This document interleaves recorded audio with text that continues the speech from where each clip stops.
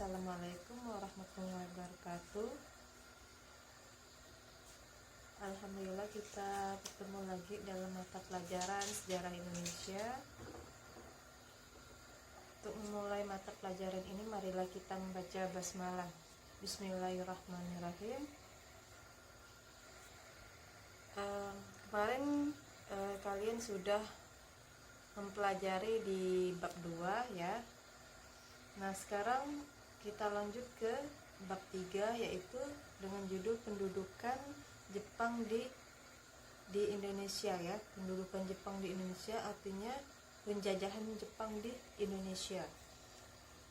Nah, ada pun yang harus kita pelajari mengenai pendudukan Jepang di Indonesia ini ya. Yang pertama adalah proses masuknya Jepang ke Indonesia.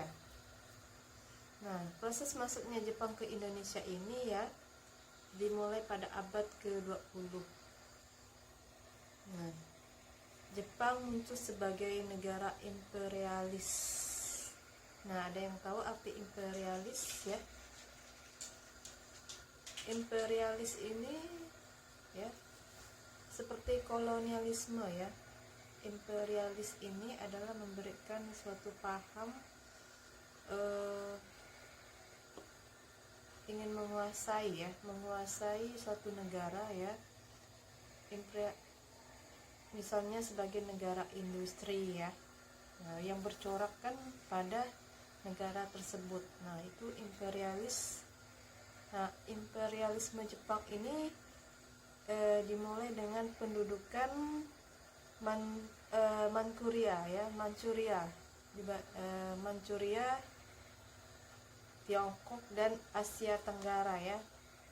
Nah, termasuk Indonesia pada tahun 1940 sampai 1945 selama 5 tahun. Oke, ini kita mempelajari proses masuknya Jepang ke Indonesia ini adalah dimulai ya. Jepang menyerang beberapa negara bagian ya, negara bagian Australia ya. Kemudian menyerang di negara Hong Kong. Kemudian Filipina dan Malaysia, sampailah ke Indonesia. Nah, pada saat itu Jepang juga ya terkena bom ya dari Amerika Serikat, yaitu pulau Hiroshima dan Nagasaki ya. Tetapi walaupun negara Jepang itu dibom atom ya, namun negaranya itu cepat berdiri, cepat bangkit dari keterpurukan ya. Nah, terutama ya yang menjadi titik perhatian negara Jepang itu ketika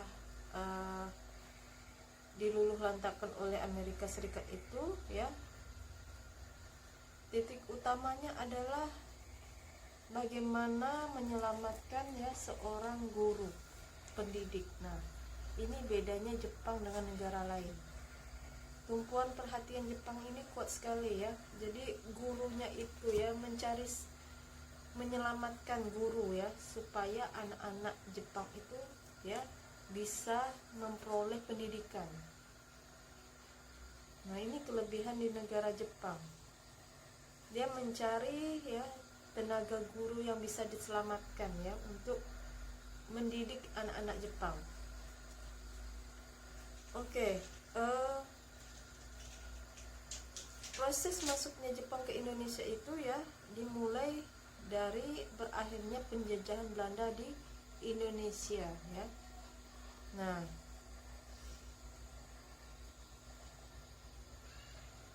pada tanggal 8 Maret 1942 itu pihak Belanda di Jawa menyerah ya, dan Gubernur Jenderal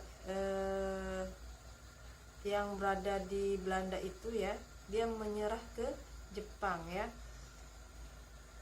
Nama jenderal tersebut adalah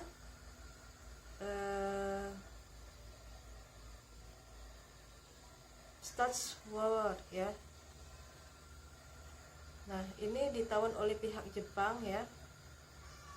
Berkat adanya peristiwa tersebut, maka kekuasaan Belanda di Indonesia berakhir, maka digantilah dengan kekuasaan oleh Jepang ya, bukan. Nah, jadi Belanda itu menyerah kepada Jepang ya, negara. Jadi Jepang ini dikenal sebagai negara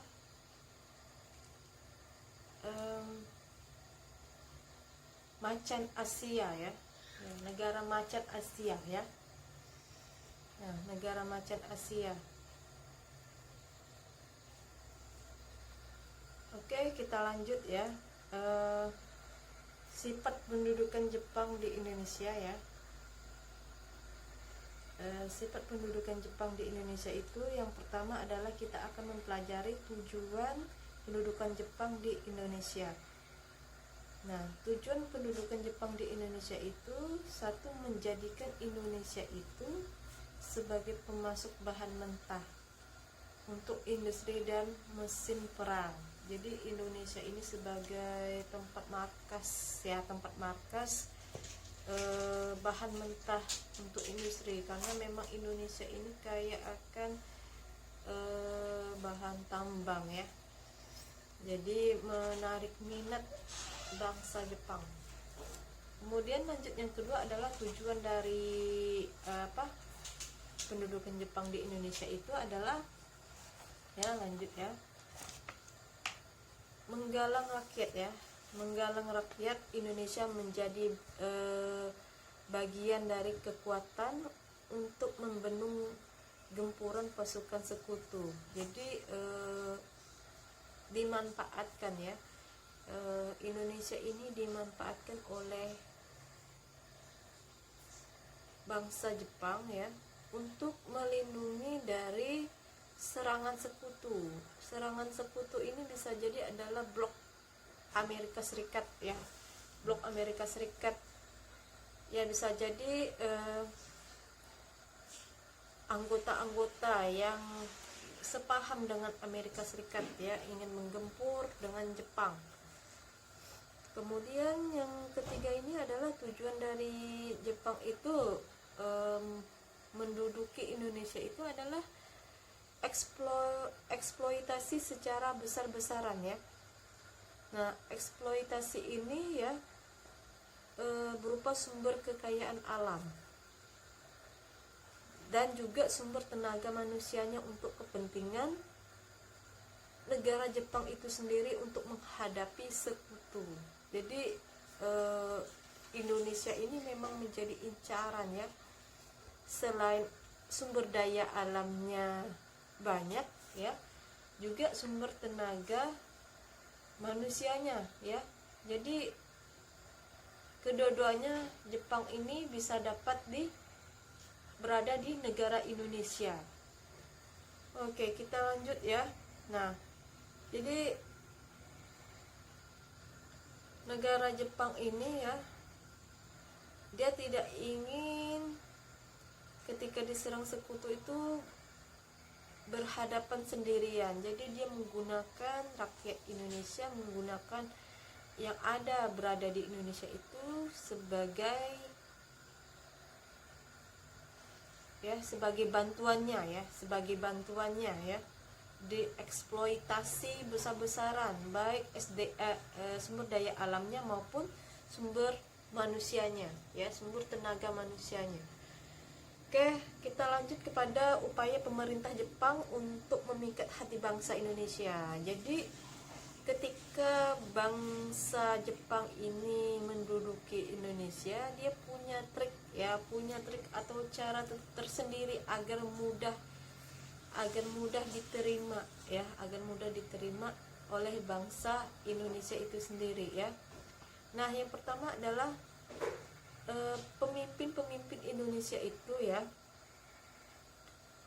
yang diasingkan Belanda itu seperti Insinyur Soekarno ya, kemudian Muhammad Hatta dan Sultan Syahrir dibebaskan oleh Jepang. Nah, jadi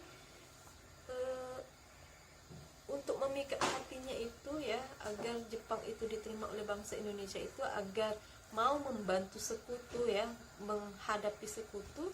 Jepang itu ya membebaskan tawanan tokoh-tokoh Indonesia seperti Soekarno, Muhammad Hatta dan Sultan Syahrir dari tawanan bangsa lain ya.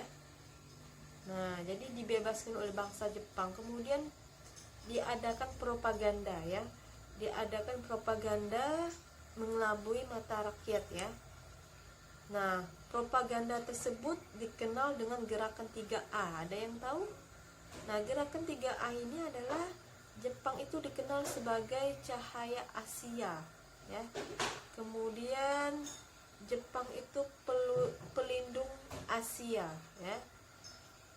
Nah, sebagai cahaya, pelindung, dan sebagai pemimpin Asia. Jadi negara Asia yang sebagai tampil negara nomor 1 itu Jepang ya.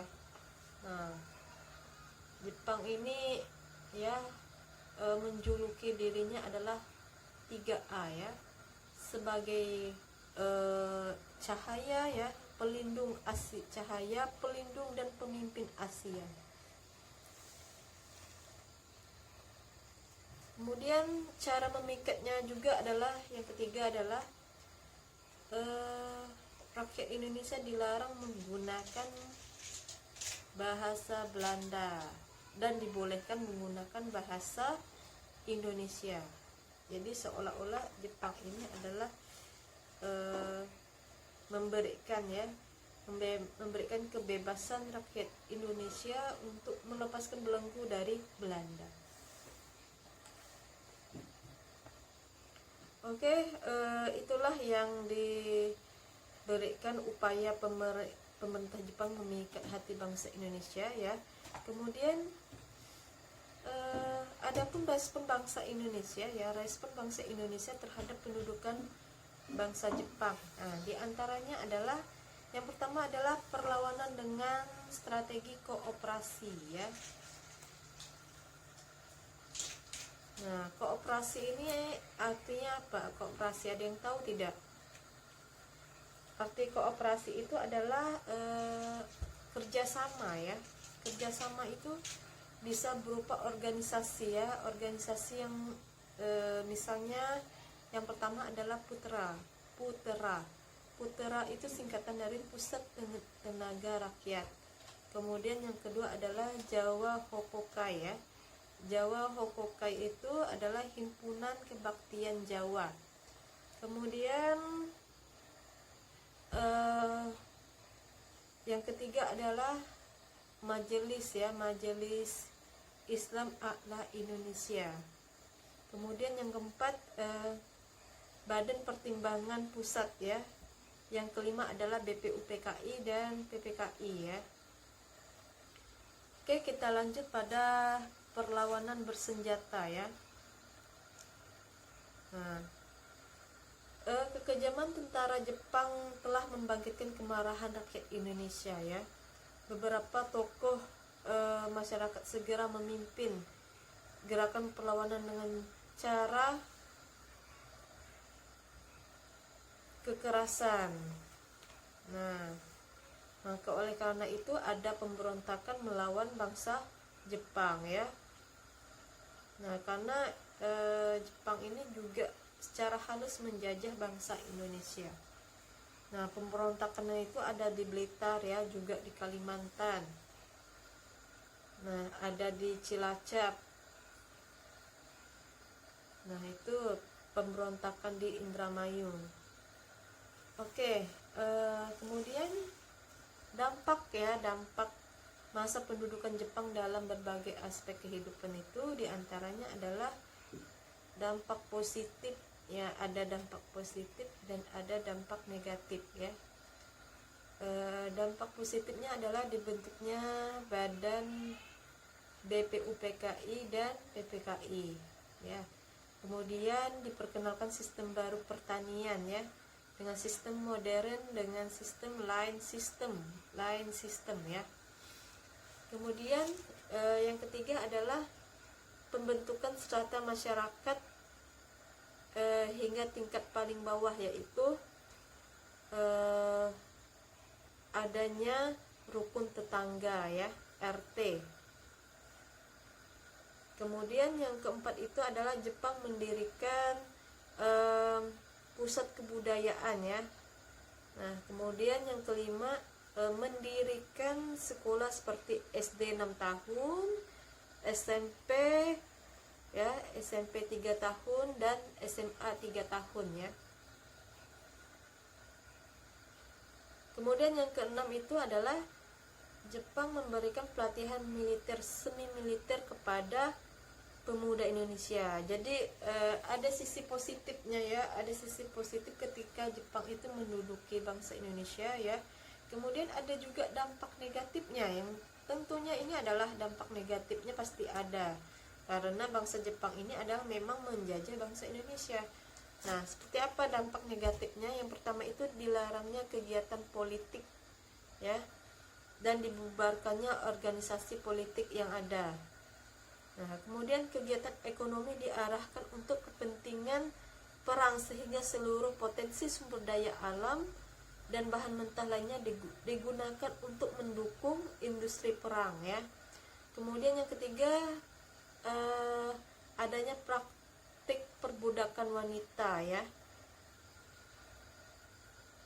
Nah, banyak wanita muda di Indonesia itu dijadikan sebagai penghibur ya tentara Jepang. Jadi pada masa itu keamanan wanita Indonesia itu sangat-sangat terancam.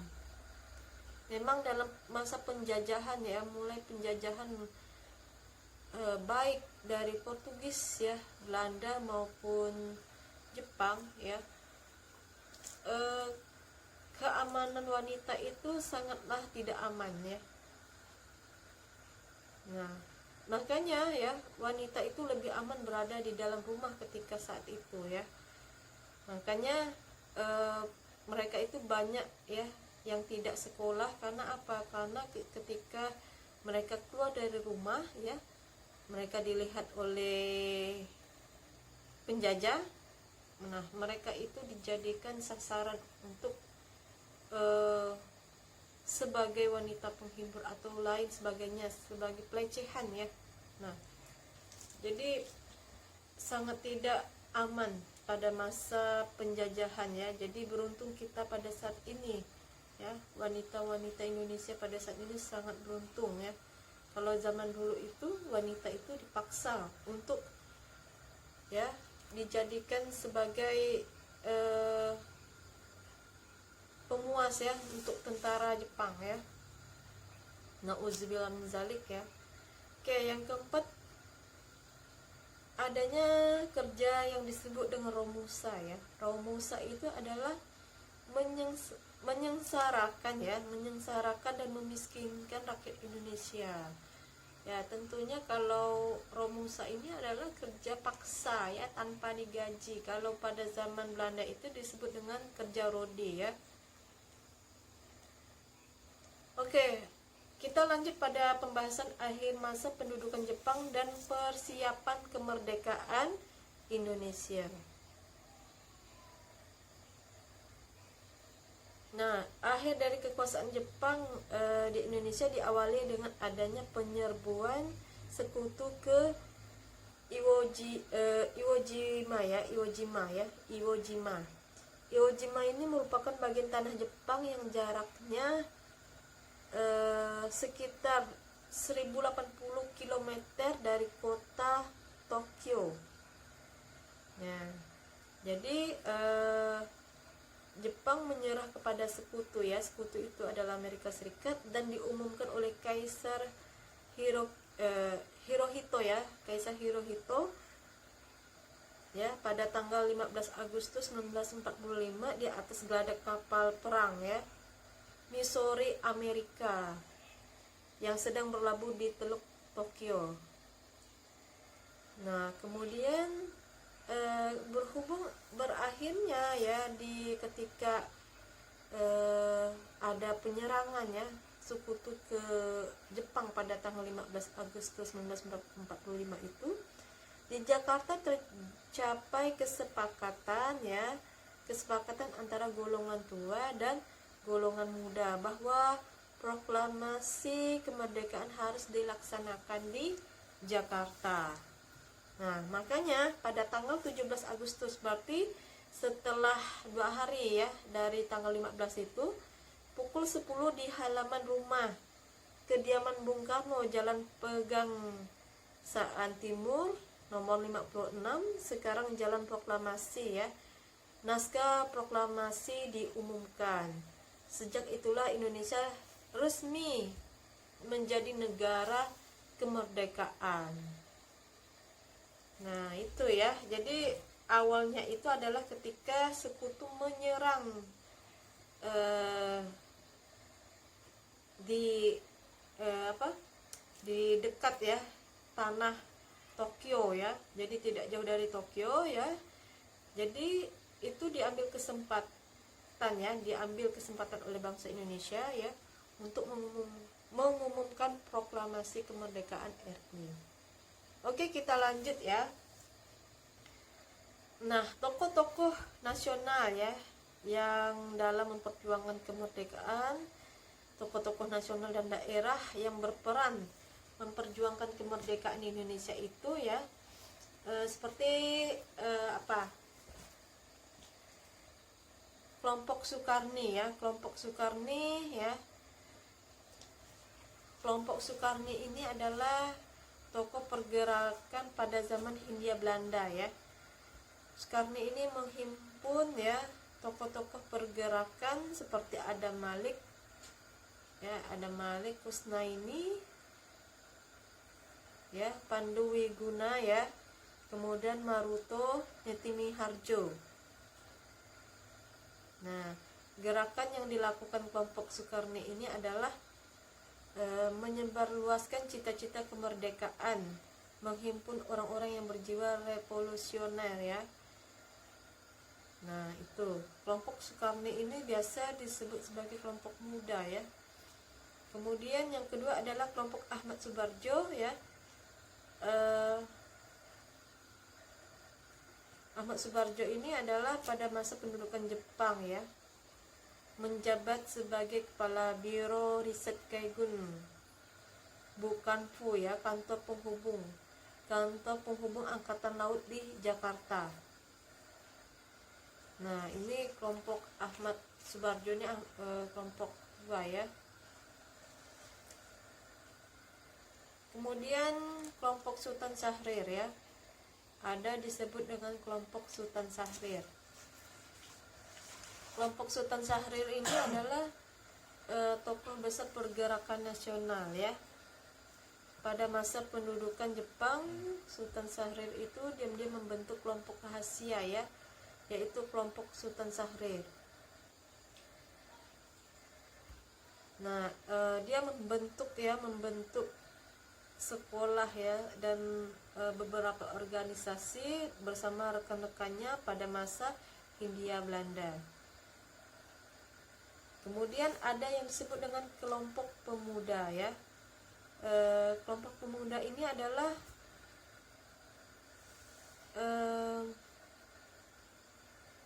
ada yang disebut dengan Ika Daikagu ya, Sekolah Tinggi Kedokteran, dan kelompok pemuda yang terhimpun dalam Badan Permusyawaratan atau Perwakilan Pelajar. Nah, jadi ada organisasi kelompok pemuda. Oke, sampai di sini penjelasan mengenai pendudukan Jepang di Indonesia ya. Kita selesai sudah di bab 3 ya. Untuk berikutnya mungkin kita memberikan latihan tentang bab 3.